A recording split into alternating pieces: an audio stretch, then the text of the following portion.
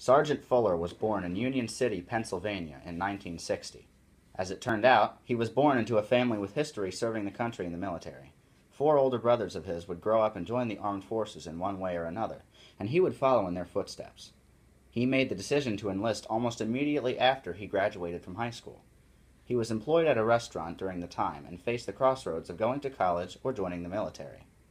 In addition to his family, he also made friends with policemen.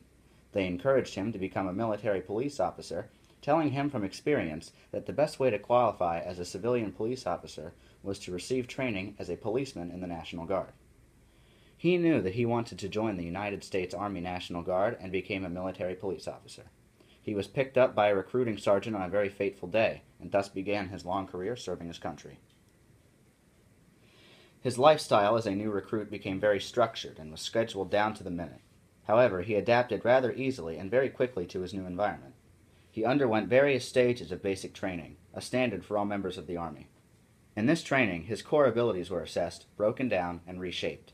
He and other recruits were trained in their physical strength and endurance with marches, exercises, climbing, and other such drills. They underwent teamwork and leadership training, going through group activities that promoted cooperation and mutual respect. This was the first phase of his basic training, called the Red Phase. After completing this phase, he moved on to the White Phase. He began weapons and marksmanship training, rappelling training, advancing his teamwork abilities, and developed the confidence he would need to be a successful serviceman. After several weeks of this phase, he was ready for the final phase of basic training. He transitioned to Blue Phase, nearly done with basic training, where he would continue with weapons training and a special course called the Night Infiltration Course.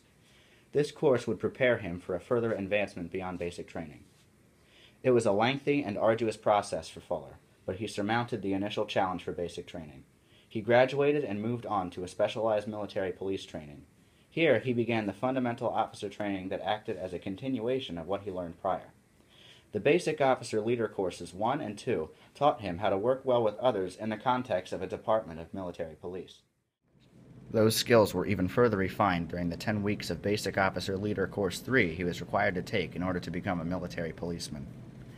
He successfully completed these specialized training courses and was finally able to truly begin his time as a military police officer. Following his complete graduation from basic and specialized initial training, he was sent to California to be stationed at Fort Ord. At the time, Fort Ord was a massive military complex in the West, even bigger than the surrounding towns. 20,000 people were present in the fort at any given moment, and he was one of over 30 standard military police officers tasked on a single shift, not including specialized officers such as vehicular patrol and dog units. This was his first real-world military experience, and certainly was not his last. From Fort Ord, California, Fuller was sent somewhere much farther away. He was shipped overseas to serve in Germany, protecting vital U.S. intelligence headquarters, collaborating with German counterparts. There were headquarters in Worms and Munich, Germany.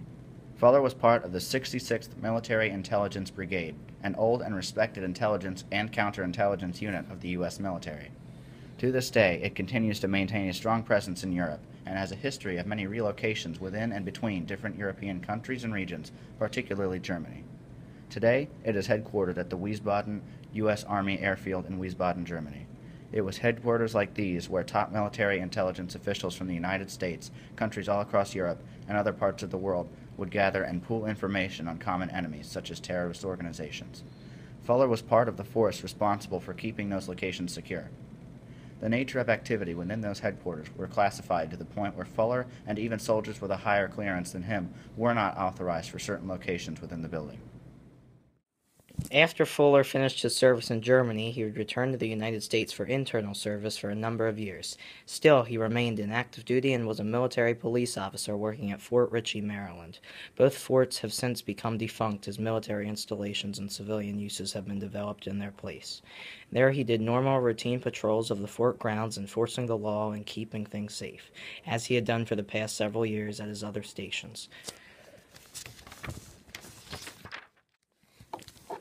Also within U.S. borders, he was stationed in Pennsylvania at a facility called the Raven Rock Mountain Complex, designated Site R for short. Site R is a large underground installation close to Blue Ridge Summit, Pennsylvania. This military installation is equipped to this day with high-tech safe rooms, vaults, and bunkers in the case of an attack. Incredibly important, high-ranking officials will be taken to Sidar in the case of such attacks, be it nuclear, chemical, air raid, or other mass damage offensive. This location was so classified that Fuller, despite his time operating there as a sergeant of the guard, was still cleared to know next to nothing about what happened within.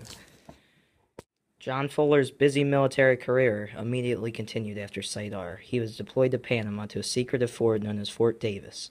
At this location, he completed rigorous and extensive training and furthered his military knowledge. He participated in rappelling, crossing rivers, and learning about jungle warfare. Fuller continued to serve as a military policeman while also serving as a company supply sergeant for his secondary occupation. While serving as a supply sergeant, he received the Southern Supply Excellence Award, which was a very prestigious honor. He faced the task of defending the Panama Canal and making sure its security was not compromised by hostiles. He was assigned with providing protection to reporters when George H. Bush visited Panama. The area was on high alert after an American soldier was killed by insurgents, and security was needed due to the risk of an attack. He spent many years in Panama and completed many strenuous tasks. Looking back on his entire 33-year career, Panama is always one of the most significant locations that he remembers. After Fuller left Panama, he moved to Erie, Pennsylvania, right outside of his hometown. He shifted his role from an active soldier to a recruiter and would stay in the recruiting field for the rest of his military service. He transferred from Erie to Fort Indiantown Gap, where he served from 2003 to 2012. As a recruiter, his job was to conduct interviews and encourage people to join the National Guard. He began to realize that recruiting was a better option as he got older because he preferred not to move around with his family. As his service neared an end, he realized that Indian Gap would be the last location he ever served at. He settled down nearby in Myerstown, Pennsylvania, and his service came to a close. He received great appreciation for his service and received many awards for dedicating most of his life to his military service. In total, Fuller spent 33 years in the military, the combined time of both his service as a military police officer in active duty and his time in the recruiting and retention department. He earned the rank of Sergeant First Class as well as numerous ribbons and medals for his service, including the Meritorious Service Medal, Army Commendation Medal, Global War on Terrorism Medal, and the Major General Thomas R. White Ribbon. He has traveled all over the United States and the world during his service. He has played important roles as part of the protective aspects of several sites where poor security could mean catastrophe. He has been involved in several important units during his service, such as the 7th Military Police Division and 66th Military Intelligence Brigade. In conclusion, his service is an example of a military career approached and gone through with initiative and improvement of self, country, peers, and community in mind.